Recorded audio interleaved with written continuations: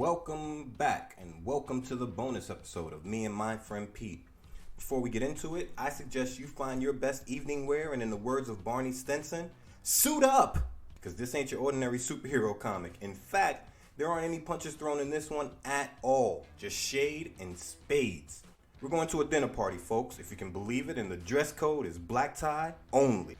Before we get to the host, let's get to the guests. Can I get a spotlight on Uatu, the Watcher? So first things first, you have the question, who are the Watchers? Of course, Uatu is a Watcher. According to DK's 2015 Marvel Encyclopedia, Watchers, quote, possess vast mental and physical powers and the ability to manipulate energy. They are telepathic, can alter their appearance using their mental powers, and teleport through space at hyperlight speeds, quote unquote. The Watchers are an ancient extraterrestrial race who do exactly as their name suggests. They watch without interfering. They've taken this stance because they once gave the knowledge of atomic power to a planet of beings who used it to go to war against each other and other planets. Watchers are essentially a person watching reality TV, but quietly. Except for Uatu. On more than one occasion, Uatu has broken the laws of Watchers and interceded to help mankind. Uatu's first appearance was way back in Fantastic Four number 13, that was April of 1963, when he warned the FF that the World Eater Galactus was coming.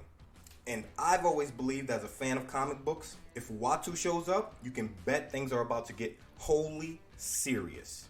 Uatu's appearance. Uatu has a large bald head, glowing eyes, and is usually wearing a white toga with a golden medallion at its center on his breastplate and a blue cape with a really high collar. The collar of this cape comes up to about his temples, so that cape is up. He's the Fonz on Extraterrestrial God. When I was young, I always saw Uatu as a tragic figure because he could only watch and barely help. But now, I think Uatu is an arbiter of hope because as long as he's watching, it means we still have a fighting chance. Now that we're all dressed to the nines, looking good, everyone. Straighten your tie arsenal. Nice. Before we head into the mansion, we got to take the time out for one more spotlight. This time for Earth's mightiest heroes, the Avengers. Much like the Marvel Cinematic Universe's take on events, the Avengers first came together to battle Loki in the comics. For much of their history, the Avengers lived in Avengers Mansion at 890 Fifth Avenue in Manhattan. This building belonged to Tony Stark, who donated it to the team for use as the Avengers base of operations. So you already see the Avengers are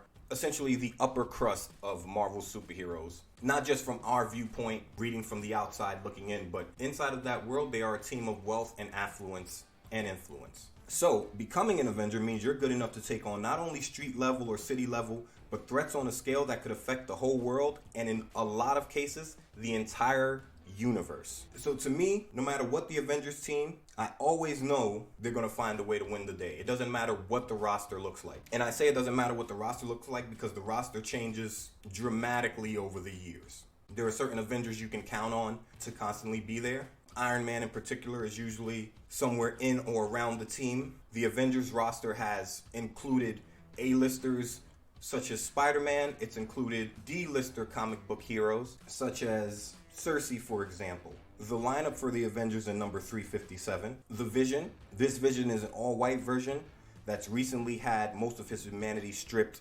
away in this issue. No Soul Stone in his forehead as we've come to know him, but still a jewel there that lets him manipulate energy. The next member is Cersei. Cersei is an Eternal. Eternals are a nearly immortal race created by the Celestials, another nearly immortal race, and her power is sorcery, the gift of flight, near immortality. The Black Knight, Dane Whitman, is a hero who is also a scientist. He wields the Ebony Blade, a sword created by Merlin the Magician of King Arthur fame. Crystal, an Inhuman, which is a race of superhumans created by an alien race of superhumans. I hope you see a pattern forming. And Crystal has the ability to control the elements, who is also a member of the Inhuman royal family. So Crystal is an elemental, but at the same time she's royalty. Inside of the Inhuman race, she is a member of the royal family. Her older sister is Medusa, who is the queen of the Inhumans. Her brother-in-law is Black Bolt, one of the most powerful men in the Marvel Universe and the king of the Inhumans. Crystal has a long and storied history in the Marvel Universe. Crystal has been an honorary Fantastic Four member, a full-fledged Avenger, and at this point in the story has a child named Luna with former Avenger Quicksilver. Bet you didn't see that coming. The next member of the team is Hercules. This is the Hercules of Olympus fame. He is in the story a virtually immortal demigod. He is still the son of Zeus. He has a kind and jovial spirit and a wicked right hook. And finally, we know her, we love her, current team leader of Avengers and number 357, Natalia Romanova, aka the Black Widow, aka the most dangerous human being with no tricks up her sleeve on Earth. You're a bad human being if you're running around with 3 immortals in the Black Knight and you're leading the team. Black Widow's a martial artist and Olympic level gymnast, all around badass. So that's the team for Avengers number 357. Okay, so the spotlights are a check, the black ties are a check. I guess there's nothing left to do but knock, huh? Ladies and gentlemen, Avengers number 357. Me and my best friend Pete, old adventures, new critiques. He spins webs, I spin yarns. Kinda kooky, be forewarned. Look out, it's me and my friend Pete. So the production for Avengers number 357, we have the cover art done by Steve Epting. The writer of this issue is Bob Harris. The penciler of this issue is Steve Epting. The inker / colorist is Tom Palmer. The letterer is Bill Oakley. The editor is Ralph Macchio. I don't know if you recall, in a previous episode, I asked, was Ralph Macchio the Karate Kid? That's my own ignorance to the history of Marvel Comics. Ralph Macchio was one of the greatest editors in Marvel history. So Ralph Macchio is not a Karate Kid. Although he has kicked some shit over the years that has enriched my life. Ralph Macchio has worked on almost any title of note in the Marvel Universe that you can think of. Thor, Spider-Man, The Avengers. The list goes on and on. So Ralph Macchio, legend, thank you for what you have provided to the craft of comic books. A lot of the time, we don't even know the people who are impacting and making an effect on our lives. And finally, the editor-in-chief of this issue is Tom DeFalco, and this is the December 1992 copy of Avengers, Volume 1, number 357. So let's start with the cover. It's a gorgeous cover. My only gripe with the cover is the setup of the Avengers and how they're standing, and I'll tell you why. In the foreground, we have Black Knight standing sideways. He has on a leather jacket. He has his gloves on. He has the Avengers A on his shoulder on his leather jacket.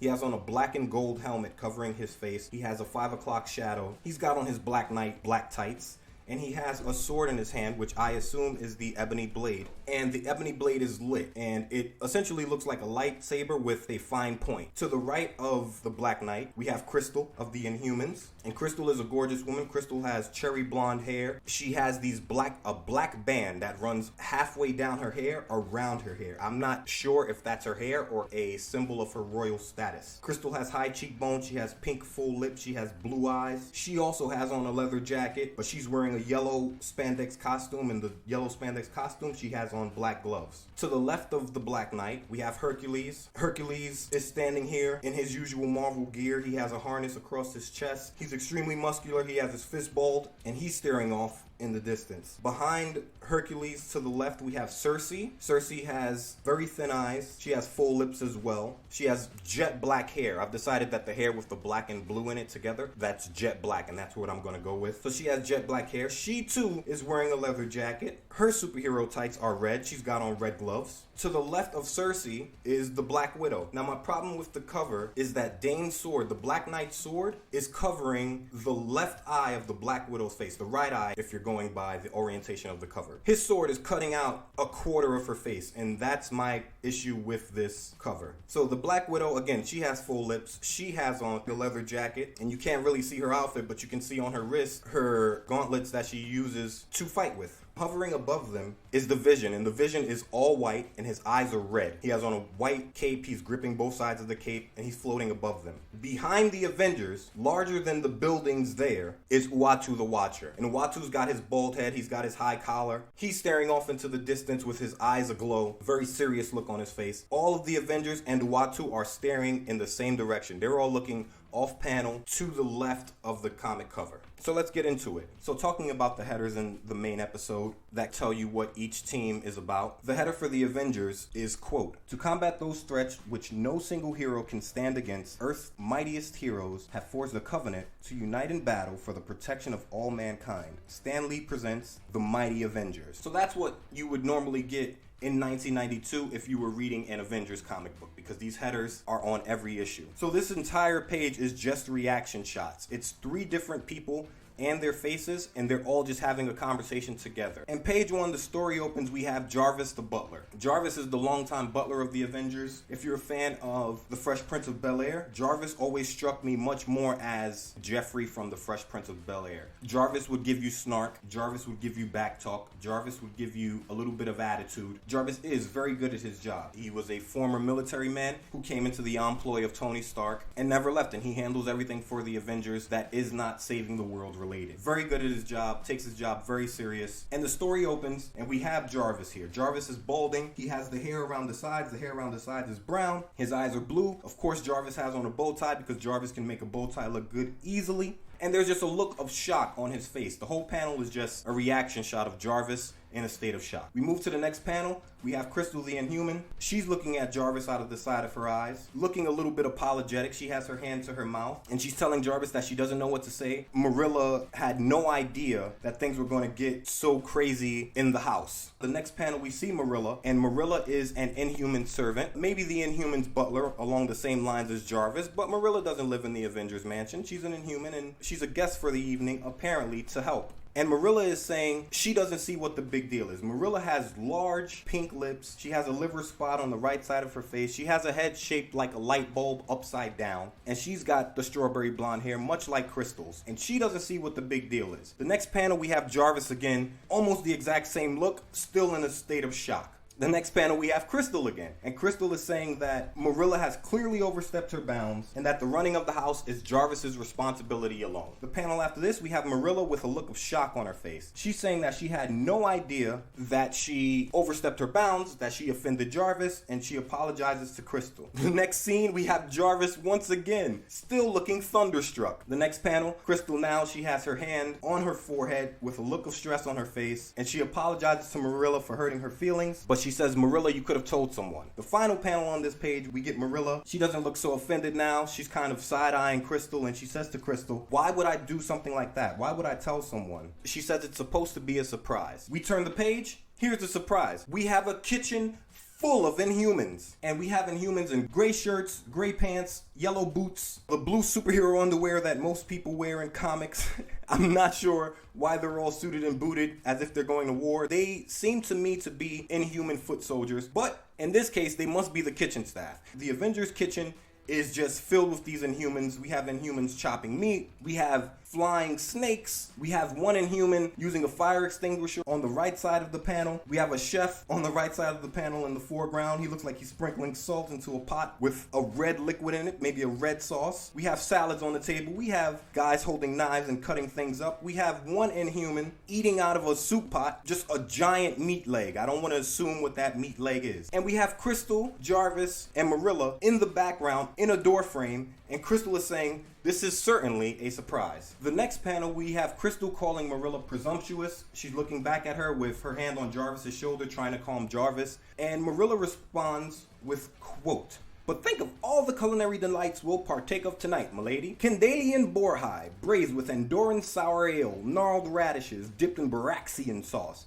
Me stomach's growling already. So, Marilla is really just trying to help. There's going to be a dinner tonight, and she wants to help prepare the food. She believes that her kitchen staff is going to prepare a much better dinner than whatever Jarvis and the Avengers had planned. The next panel we see, Jarvis still has this thunderstruck look on his face. Crystal is still trying to console him. Marilla is still standing next to them. Marilla is much shorter than them. Marilla is only up to Crystal's shoulder, and Crystal and Jarvis look to be around 5'8", so Marilla's a lot shorter than them. And the doorbell rings. And Crystal says that must be Taylor Madison, that Taylor Madison is a guest of the Black Widow. And she asks Jarvis if Jarvis wants to go greet Taylor Madison because he always greets the guests. But Jarvis doesn't respond. Still thunderstruck he is. The next panel we see, Crystal has her arm on Jarvis's shoulder. She's giving Jarvis a glass of water. She says that it'll help him feel better.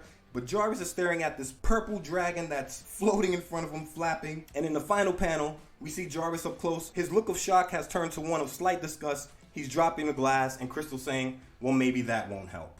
We turn the page. Crystal says she's going to escort Jarvis to the front door to pick up Taylor Madison. In the next panel, we see in the foreground, Lockjaw, Inhuman's giant bulldog pet. Lockjaw is a sentient being very much like the rest of the Inhumans. The way the Inhumans gain their powers, they go through a process at a certain age where they breathe in what is known as the Terrigen Mist. This Terrigen Mist gives each Inhuman unique powers. And when Lockjaw was a child and it was his turn to breathe in the Terrigen Mist, he was transformed into a giant bulldog. And he has a little symbol on his head, the symbol of the Inhumans, and it looks like an American football goalpost sticking out of the top of his head. Lockjaw, the Inhuman bulldog, in the foreground, and he has his teeth wrapped around a giant bone, and he's struggling with an Inhuman servant, and the Inhuman servant is trying to pull it out of his mouth, but Lockjaw's not giving it away. And Crystal says, Jarvis, let's go pick up Taylor. You can't just stand around here thunderstruck. And that ends the scene for the moment with Jarvis, Crystal, and Murillo. We move on to the next panel and we have the Avengers, the Black Knight, the Black Widow, Hercules, and the Vision. They're all in a different meeting room in Avengers Mansion. The Black Knight, he's leaning on the computer gear in the back with his hand to his mouth as if he's thinking. The Vision is to the right of him. He's gripping his cape. He's just listening. Hercules has his hands crossed, standing in front of the table, and the Black Widow has her hands on the table like she's grilling this person. There's a guy sitting in the chair. This is the Swordsman. The Swordsman is wearing a purple shirt with what looks like a red Y running down the middle. He has on purple pants. He has a blue tunic running down the crotch area of these pants. He has on a black belt with a big gold buckle. He's got on red gauntlets and red boots. The Black Widow, as I said, she's leaning in and she's telling the Swordsman that the Avengers don't want to hurt him, but they need answers. She's saying who he claims to be has been dead for years, while in Wakanda, there's another dead body that's a doppelganger of T'Challa. If you're familiar, T'Challa is the Black Panther of Marvel Cinematic Universe fame, played by the legendary Chadwick Boseman. So apparently, we've got body doubles roaming around, and this Swordsman seems to be one of them. Black Widow tells him she needs answers. But in the next panel, the Swordsman, he has his hand to his head, he has his eyes closed, he looks like he's in pain, and he's saying that his head won't stop pounding, so it's hard for him to answer questions. In the panel after that, Black Widow says, okay, calm down, relax, but she's got a bad feeling, because every physician that they've brought in to check the Swordsman can find nothing wrong with him. On the next page, the first panel, we have Vision, and as I mentioned, stripped of most of his humanity, the Vision is very robotic. This is not the kind, soft-spoken Vision that we know and love from the Marvel Cinematic Universe. Instead, this Vision is essentially more robot than man. And the Vision says, quote, Natasha, I have a proposal. Utilizing data we have just received from Wakanda pertaining to the Coal Tiger's autopsy, I can reprogram the MedLab synaptic bioscanner to register anomalies heretofore beyond its capabilities. End quote. Which is a very fancy way to say we can use the info from Coal Tiger's autopsy in Wakanda to rewire our medical computer to find whatever it is that's making these different people show up as Avengers that we already know. But the Swordsman isn't having it. The next panel, we see him hop up. We see him enraged. He has an angry look on his face. He's pointing at the Vision accusingly. And he says that the Vision left him to die, and he hasn't forgotten. And Vision, cool as a cucumber as always, says, you are confused. Such events never occurred. And the Swordsman calls him a liar. He's trying to come at Vision. Hercules grabs him from the back. He has one hand on his chest. He has one hand on Swordsman's bicep. He's not going to let the Swordsman rush Vision. Vision's an Avenger and Vision's my dude. So you need to calm down. So the Black Knight steps in and the Black Knight asks the Swordsman if this Vision is the one he remembers. And the Swordsman says of course he is, that the Vision hasn't changed since he's known him. We see Dane go to the computer and he pulls up a holographic image of the Vision. And the holographic image that he pulls up is the Vision that we know. This Vision has the yellow cape, he has the pinkish, purplish skin, he has the green costume, he has the yellow underwear pants, and he has on the yellow boots. So this is the Vision that we know. So pulling up this image, the Black Knight asks the Swordsman if he's ever seen this version of Vision before. And the Swordsman says no, he's never seen this Vision before. He does not know who this man is that they're showing him, and he asks them if they're playing a game with him. We turn the page. This is a physical copy. We get our first ad. This ad, Milton Bradley must have really been trying to sell this game. This ad is for a board game called Hero Quest. This board game is essentially Dungeons and Dragons Milton Bradley version. There's a games master. They have all of these different heroes on the cover. We have a hero on the cover. He looks like Conan the Barbarian. He's swinging a sword. We have elves and dwarves. There's a picture of a mummy that seems to be a small ripoff of Dungeons and Dragons. We get to page 9 after that 3-page ad. And in the first panel, we have Black Widow and the Black Knight. And the Black Widow is saying that the Black Knight may have stumbled onto something. And he says that he didn't stumble. He's actually been hypothesizing about this since a woman named Marissa Darrow disappeared. We get our first little caption box that tells us where we can find that issue. And that's a flashback to issue 348. Black Knight tells the swordsman to let them know if the image he's about to pull up looks familiar. So he's going to pull up another image for the swordsman, and it's Mantis of the Guardians of the Galaxy fame of the MCU. Mantis has long flowing black hair. She's got on a green top. She has on a yellow skirt, and she has on greaves on her legs and gauntlets on her hands that are both green and yellow as well. Swordsman is again calling this image of Mantis. This is the second hologram they pulled up. And he's saying he doesn't know who this person is either, that this is a stranger. What are these people being pulled up for? What do these people have to do with him? In the next panel, Black Widow says to the swordsman that they know these images meant a lot to the swordsman that they're familiar with. So whoever this swordsman is sitting in front of them, this swordsman can't be the swordsman that they know because that swordsman knows these people. Black Knight, clever scientist that he is, he says that there are a lot of possibilities and a good scientist explores them all. And he says he has one more image to show. The next panel is that image. And it's Mantis once again, but it's not the Mantis that we're familiar with. This Mantis has a bald head and she's wearing all green. She doesn't have on greaves. She has on green gloves. She has on a green unitard and she has on green boots. And this image has a great effect on the swordsman. The swordsman says, quote, "Sweet heaven, it's her." The final panel of the scene, they zoom out from the swordsman's face and he's screaming, staring at the image, saying, "Mantis." So he knows this image of the Mantis. We turn the page and we're outside of the Avengers mansion now. We're way downtown. We're in Soho. And the first image that we get, it's a dark street. We have two lovers embraced under a yellow light in front of a porch. Whoever these two people are, the man is telling the woman that he's not the begging type, but he wants her to stay. We move on to the next panel and we see who at least the woman is, Cersei. The man, we never get a name. And Cersei's standing here. Cersei's got on a leather jacket. Cersei's got on a low red skirt. She's got on red high heel boots. Very fashionable Cersei. The man with her, he has strawberry blonde hair with a ponytail, of course, because this is the early 90s and that's the scene. He too has on a leather jacket. He's wearing black pants. He's got on black shoes. And they're standing beneath the lamplight. And Cersei is saying that she's flattered that he wants him to stay, but the whole evening has been a lark and she has places to go. And the guy finishes her sentence. He says, "And people to see, right? Yeah, I understand." The next panel, he's grabbing her by the shoulders. He's telling her to stop pretending that she doesn't care. He's telling her that they have something good and she shouldn't ruin it by leaving. But Cersei says it's for the best if she does. The next panel, the guy's kissing her on the neck, begging her to stay. She's looking down at him out of the corner of her eye as he kisses her neck, and she's saying that she'll stay a little longer, but he can't say that she didn't warn him. So we move on to page 11. And the first panel that we get, we have Hercules staring in the mirror, fixing a bow tie. He's looking dapper. He has on a white dress shirt, black tux pants.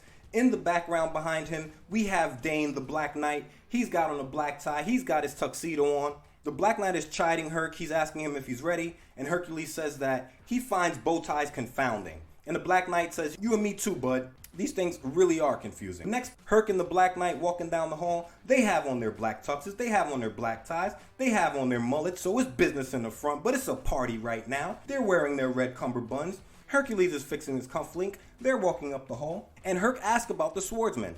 The Black Knight says he's resting. He says he doubted the swordsman's story in the beginning, but he doesn't now. And the Black Knight says that just like the Cold Tiger matched up with T'Challa, he's sure Marissa Darrow would match up with Magdalene. Dane is also saying that the swordsman is from another time and place and maybe even a parallel reality. Hercules is not saying any of that. Hercules just wants to know how the guy got here. The next panel we see, they walk down the steps. In the final panel, we get a look at Taylor Madison. Taylor Madison is a gorgeous woman. Taylor Madison has blonde hair. She's as tall as the Vision, at least. She's wearing long debutante gloves. They look silk, they look light blue, and she's wearing this beautiful turquoise dress that's hugging her figure, flowing out at her calves. She's standing in front of the Vision, and the Vision has his cape draped over his arm. He looks very regal. Two young men coming down the stairs in tuxedo suits. So everybody in the scene looks beautiful. So Herc was asking who this swordsman is and where he comes from, and Dane in this panel, with everyone all suited up, says, quote, "Good questions, Herc, but I don't think now's quite the time for them. Do you?" Taylor Madison, spotting Hercules, says, "Hello, Hercules. It's good to see you again." Page 12, the first panel, we have Hercules holding Taylor Madison's hand in the foreground. They're both beaming at each other. In the background, we have Dane with his hand in his collar standing next to Vision, and they're just watching these two. And Taylor says that Herc cut his beard, and Hercules is saying, "Yeah, it's the most controversial thing that I've done in quite some time," and we'll see what he means about that at the end. The next panel we have Black Knight and a Vision, and Black Knight is saying that Black Widow's matchmaking might work out. Vision is asking where Crystal and Black Widow are. Dane says they're probably primping in front of a mirror. He says women are 1,000 times worse, but before he can finish his sentence, he gets cut off by Crystal. I think it's funny that he says women spend so much time primping in front of the mirror when we see these guys getting dressed, we have Hercules primping in front of the mirror fixing his bow tie. So don't set a double standard, Dane. We move to the next panel, and Crystal is stunning in a purple and white gown. The gown has a high slit on her right leg, so her right leg is all out. She's got that bow right there exposed. She has her hair done up, it's flowing down her back. She has a ruby necklace on her neck, at least 50 carats of diamonds on her wrist, and she's telling Dane that he should quit while he's behind.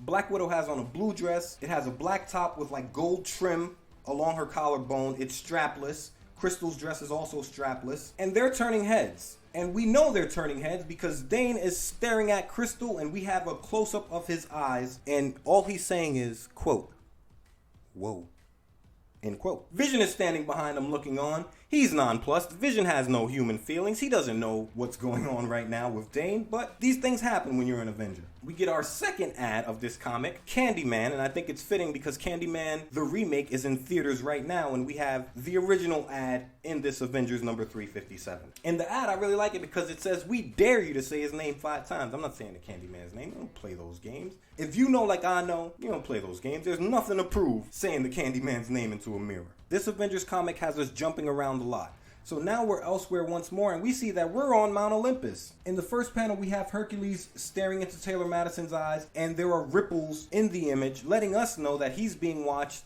in water. We see who's watching him. We have Hera, the queen of the Olympians, queen of the Greek gods, one of the strongest gods in the Greek pantheon, and she's putting her blonde hair behind her ear, and she's watching this pool. The next few panels, she's monologuing, telling Hercules that she wants him to fall in love with this woman, that she wants him to delight in her intelligence, that she wants him to be in marvel at her beauty. She's going on and on until we get a Hera off screen. And this Hera, I love how it's drawn because her name is in all caps, but that's usual in comics. But around the speech bubble is a red circle, letting us know that whoever's screaming is screaming it in anger. We get to the next panel, and we have All-Father Zeus standing there. He's got on a green toga. He's got a green sash wrapped around his shoulder and waist. He's holding it over his arm. And Hera says that Zeus startled her. And Zeus said, that's rarely the case. He says, who is going to be startled, though? Whoever violated my decree of not leaving Olympus. He says when he finds this person,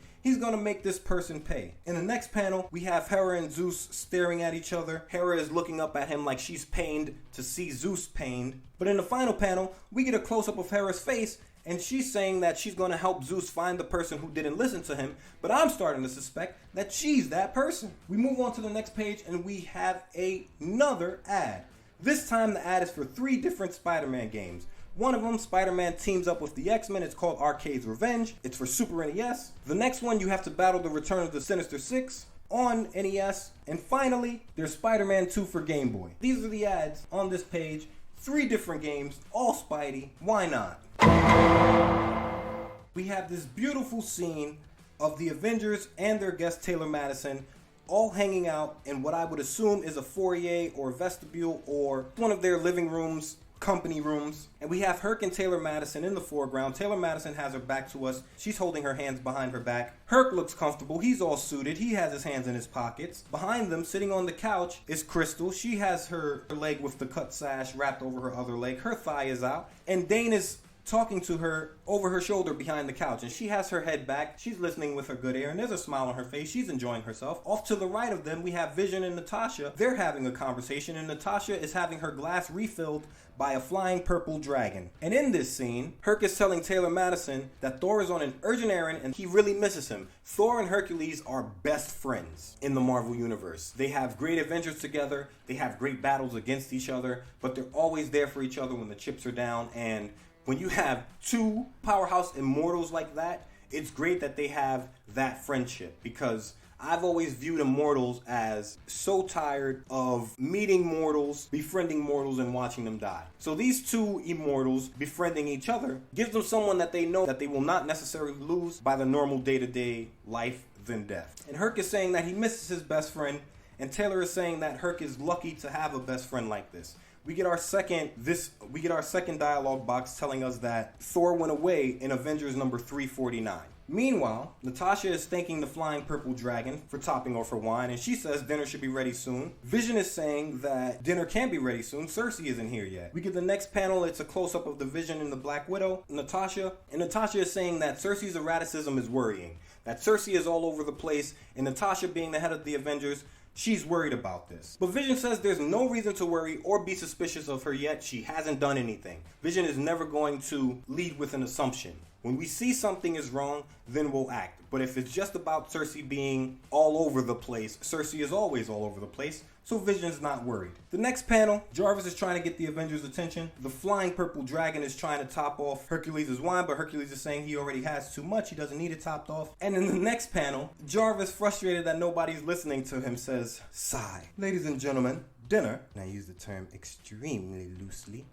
"is served." Throwing a little shade. Jarvis is going to bring you the shade when you make his life more difficult than it has to be. There is no reason in Jarvis's mind why Inhumans had to take over his kitchen, commandeer this dinner, and turn this into a night of what are we eating. The next panel, we see Hercules and Taylor Madison. She's got her arm draped in his, and he's asking her if he can escort her in, and she's saying of course. She says that she's not used to all the formality, but she's so elegant, she deserves it because she's as beautiful as any goddess born. That's a high compliment to pay someone when you are a person who literally knows all the goddesses. That's a smooth line, Herc. Props to you for throwing that one at her. The next panel, we have Dane, the Black Knight, asking Crystal if he can escort her in. They seem to have great chemistry judging by how they're talking on that couch in the first panel on this page. And she says, of course you can escort me in. And Dane's saying he wants to make up for bad behaviors. That little snide comment that he gave about women taking forever to get ready, he's trying to make up for it by escorting her in. And Crystal says, of course. But before he can escort her in, we get to the next page and we see Cersei, and Cersei is show-stopping. Cersei has on a tight, strapless, red, form-fitting skirt that is hugging her curves. It comes up way past half her knee. She's holding her leather jacket in her hand. She's got on red gloves. She's got on red pumps. Her jet black hair is flowing. She's got on a small necklace, and she is looking ravishing. And she says, "Am I fashionably late yet?" She apologizes. She says she was looking for an outfit. The next panel, she tells Dane he looks gorgeous in his tuck, and she asks Crystal if she agrees. Whether Crystal agrees or not, we don't get an answer because Cersei has grabbed Dane around the neck and kissed him full on in the mouth. Dane has a look of surprise on his face. His caption bubble is an exclamation point and a question mark. He doesn't know what's going on. And Crystal is standing here looking at them, and there is a look of salt on her face. Crystal's a little bit salty about this. So is Dane with Cersei? It appears so. But if you've been seeing what I've been seeing, Dane's been very buddy-buddy and very up close to Crystal. In the next panel, it doesn't matter if Dane had anything going on with Crystal because Cersei is here now and Cersei has taken charge of the situation. She took Dane's arm. She's saying that Dane has to escort her in. She tells him to come along. She says she's got a lot to tell him. And Dane says, hold on, wait a minute. And behind them, as Cersei is leading him away, Crystal is standing here. She's got her arms folded. She's still got the drink in her hand. And Dane is saying, wait a minute, I said I was going to escort Crystal in. But the next panel, Crystal says it's all right, Dane, don't worry about it. This panel is her and the Vision. And the Vision, gentleman that he is, says, if you don't mind, I'd like to escort you in. And in the final panel on this page, Crystal is saying thank you. There are beautiful flowers to the left of them. And Vision is escorting her in. And Vision says, if I remember correctly, the correct response is, my pleasure. We turn the page and Marilla is in the kitchen. She's standing on the table barking orders. She's driving her team. She's calling them sluggards. She says, how goes the Orlean blood pudding? Cook it too long and it's not fit for the lowliest genetic throwback. Cook it too little and me mind boggles. We get the next panel and Jarvis is pointing at her. Jarvis is pissed. Jarvis says, quote, now that would be a tragedy. Madam, may I have a word? And Marilla responds, she says, I'd give you a word if I had the time, but I don't have the time, Jarvis. I'm a busy woman. I'm trying to get this food out. And Jarvis in the next panel, he's pointing at Lockjaw. He's not hearing that. You're trying to get the food out. You've commandeered my kitchen. This is not okay. And now you have your beast, he's pointing at Lockjaw, slobbering all over my floor. So Jarvis is pissed, and Jarvis has a right to be pissed, but Jarvis has just committed a great insult. Remember, Lockjaw is as intelligent as any other inhuman. He was transformed through the Terrigen Mist into this beast, but he's very much an equal to every other inhuman as far as intelligence and as far as status. Lockjaw is a member of the inhuman royal family. Jarvis is being completely disrespectful, calling him a beast. In the next panel, we see that Lockjaw isn't just a beast. He's offended by what Jarvis has said, and he takes off up the stairs out of the kitchen. Marilla says, I'm gonna go talk to him. You've hurt his feelings. And Jarvis finally cools down. Jarvis says, I didn't mean to hurt his feelings. I was just venting. But we have to be very careful in life when we're just venting and we take out that hot air on someone who was cool and had no business to be in that type of heat. Jarvis should be the one going upstairs to apologize, not Marilla. But Marilla says, don't worry about it. I'll handle it. You just make sure that this kitchen stays moving. And Jarvis now has a look of shock on his face. He says, how can I tell these inhumans what to do? I'm just a regular guy. But he looks around the kitchen. We move to the next page. All of the cooks, all of the inhumans, they're looking at him for direction. The next panel, Jarvis tugs his collar. And in the next one after that, Jarvis says what any real person who gets things done always says when it's time to get things done. He says, quote, gentlemen, we have a job to do, a duty to perform. Let's be about it, shall we? And that's what Jarvis is on. That's always the type of time Jarvis is on. Jarvis doesn't want to talk about it. Jarvis wants to be about it. And in the next panel, we can see that he's inspired these troops. They're all working hard. They're hammering. They're cooking. They're throwing stuff in pots. They're pulling things out of pots. The kitchen is moving, and Jarvis says, a man could get used to this. In the final panel on this page, we have the Avengers. They've sat down at the dining room table. There's a roaring fire behind them. We have roses on the table, pink roses and red roses. There's a pitcher on the table, probably water. Everyone's got wine glasses. Looks like there's a crudité on the edge of the table. And Crystal is sitting next to Hercules, who is sitting next to Taylor Madison on the left side. Black Widow is sitting at the head of the table. On the right side, we have Vision sitting next to Cersei, sitting next to Dane. And we turn the page, we get a close-up of Hercules and Taylor Madison. These two have been in conversation all night. He is enthralled by this woman, and he's enthralled by her heart as well. He asks about a young man named Bradley, and he says, is he okay? And he says he doesn't mean to sound insensitive, but does working with terminally ill people make her unbearably sad? And Taylor Madison says, it does sometimes, but I have my reasons, my own personal reasons.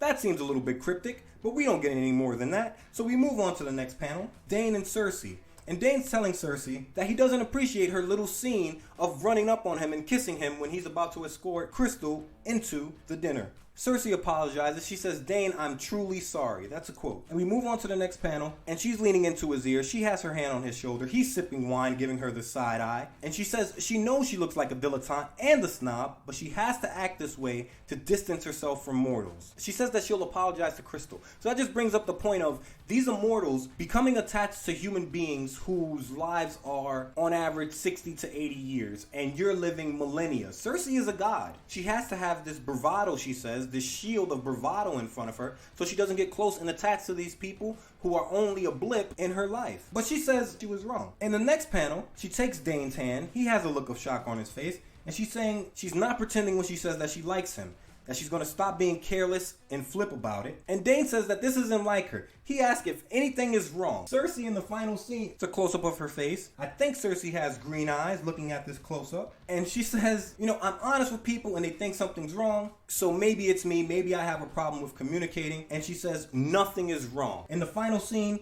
we get a close-up of Crystal. Crystal's got that look of longing on her face. She has her pinky in her mouth. She has her hand on her face and her pinky on the edge of her lips. There's this sad look on her face. And she's staring at Dane as his hand is being held by Cersei's. And she's saying that nothing's wrong as long as Dane is her friend. So I love this, and this is one of the great things about Avengers comics. Sure, they have great action, but it's these little moments of the characters interacting and these little beefs and these little love affairs that get kindled up, fizzle out, become roaring fires. It's, to me, my favorite thing about the Avengers, this part of it all. We move on to the next page, and in the first panel, Natasha and Taylor Madison are having a conversation. Natasha is telling Taylor Madison that she plans on going back to St. Petersburg soon. So Natasha has wealth and means. Natasha is a world traveler, and being an assassin and then one of the foremost Avengers throughout all these years, I'm sure Natasha has all types of stamps in her passport. Natasha's been to places that we don't know exist. Think about that. That's Natasha Romanova. That's the Black Widow, the most dangerous non-powered person in the Marvel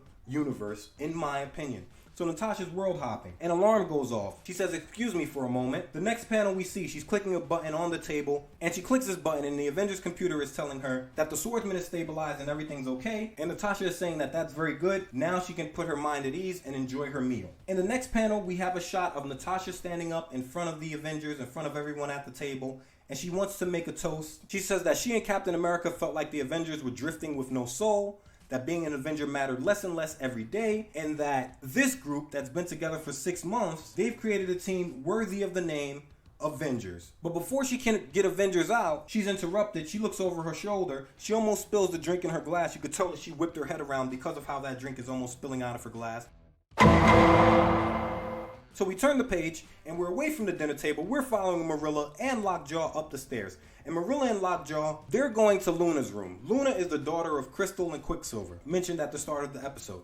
And they're going into her room, and we see Lockjaw growling. We see Marilla saying, "What are you upset about, Beastie? What's going on?" They push the door to Luna's room open, and Marilla screams, "Who are you?" We get to the next panel and we see a blonde woman wearing a blue uniform, red gauntlets on, red boots, and this yellow shield plate above it. There's a red V leading down to her midsection on her blue one-piece uniform. And she's in shock. She's saying, "How did you sense me? I came here to check out the flat scan." So, a flat scan in the Marvel Universe is any human being with no mutant powers. It's a derogatory term from mutants to humans. And usually mutants who use terms like flat scans and things like that, these are the mutant terrorists of the world. These are the mutant anarchists of the world. So, she's saying that she came to see the Martyr's heir, the flat scan throwback.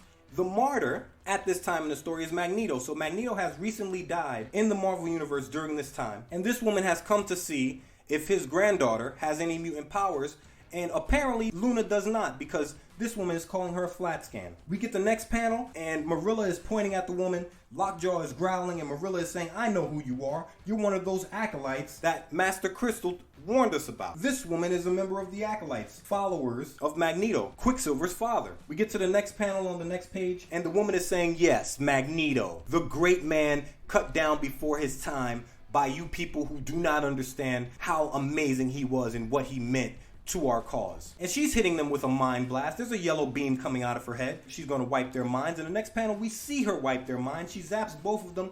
There's a sound effect of zaps on the screen. Her beam is hitting Lockjaw in the face. It's hitting Marilla in the face. In the next panel, she's standing here. She's holding her cape. And she's saying, "Beam me up, Cortez." I assume she's talking to Fabian Cortez, who is the leader of the Acolytes team that Magneto formed and founded. And we hear the sound of her being teleported up. So she got beamed up. She said, "Beam me up, Scotty," and away she went. The next panel, we see the darkened room again. Marilla is in here. Lockjaw is in here. Both of them are confused as to what's just happened. Marilla is saying, "You see, Lockjaw, you made this big fuss. You came charging into Luna's room, and Luna's fine." In the final panel, we have them leaving the room. Marilla's looking over her shoulder, and she's saying that Luna is sleeping like a baby with not a care in the world. So whoever this person is, her mind-wiping ability is amazing. We turn the page, and this is one of those great moments in comics where it feels very interactive to me. We turn the page, and we have to turn the book the long way, because it's a double-page spread of the Avengers in the presence of the unspeaking Uatu the Watcher. He's towering over them. Natasha always seems to me to be 5'8", 5'9",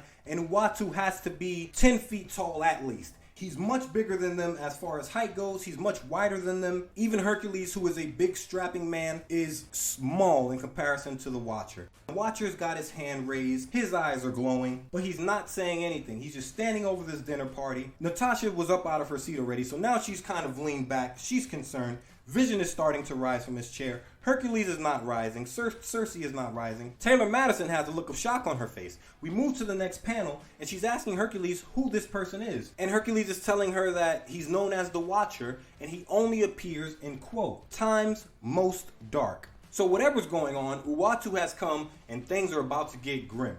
We move to the next panel, and Natasha, as any great leader would do, she's asking Uatu, what's going on? What have you come here to tell us? What do we need to be prepared about? And this is a running thing in Marvel Comics. The Watcher will show up. Everyone knows something horrible is about to happen. They try to press the Watcher for information, but the Watcher rarely gives up information to anybody, except Reed Richards. The Watcher has a great relationship with Reed Richards. He finds him, I think, plucky. You know, when you're omnipotent and you've seen everything and you've watched everything, when you see someone who is so different from the rest of their species, that may intrigue you a little bit. And I think Reed Richards has had that effect on the Watcher, where they built, I wouldn't say a bond of friendship, but Uatu does believe that human beings can be great, and I think he believes that Reed Richards is proof of that. We move to the next panel, and it's the Watcher. It's a close-up on his face. His eyes are still aglow, and I'm going to read, quote, "No word escapes his lips, but his eyes, cruel, sad, alien eyes, look hard and deep into those of the Avengers before him. And if they seem to linger on one longer than another, the Avengers cannot tell." We have looks of concern on each of the Avengers' face. Starting from left to right, we have a close-up of Dane. He looks a little worried. We have a close-up of Crystal. She has her mouth slightly open. She looks a little worried. Hercules has all of the frown lines on his face burrowing in towards the center of his forehead. He looks ready to go. Natasha looks concerned. Vision looks concerned. But Cersei looks angry. Cersei is staring like he's just interrupted a beautiful dinner they were about to have. She has her glass to her lips. She's not going to let Uatu stop this party. We get a couple of more ads. One is for Axelay. It's one of those flight shooters where you're on the bottom of the screen in a plane and you're shooting at things coming towards you. We have an ad for Flair 1992 Ultra cards for football. And in the first panel on page 28, we see a close-up of the Watcher's eyes. He's vanishing in a flash of light. We move to the next panel. We get the Avengers still sitting at the table. They all look worried. The Watcher has shot through the window, and he's left them with an ominous message inside of a caption box surrounded by red. And the message is simple. It says, "Beware." We move to the next. The Avengers are all staring out of the window. Crystal has a look of shock on her face. She asks, "What did that mean?" Natasha says, "Nothing good." Cersei says they shouldn't get too melodramatic about it. We move to the next panel, and Cersei's walked over to Dane. She's standing in front of him. She says they've had warnings before, and they should thank Uatu because forewarned is forearmed. We move to the next panel, and she's raising her glass again. She says she seconds Natasha's toast and says, "To us Avengers and better times ahead." In the final panel on this page, we see a bright star in the sky. We're outside of Avengers Mansion. There's skyscrapers around.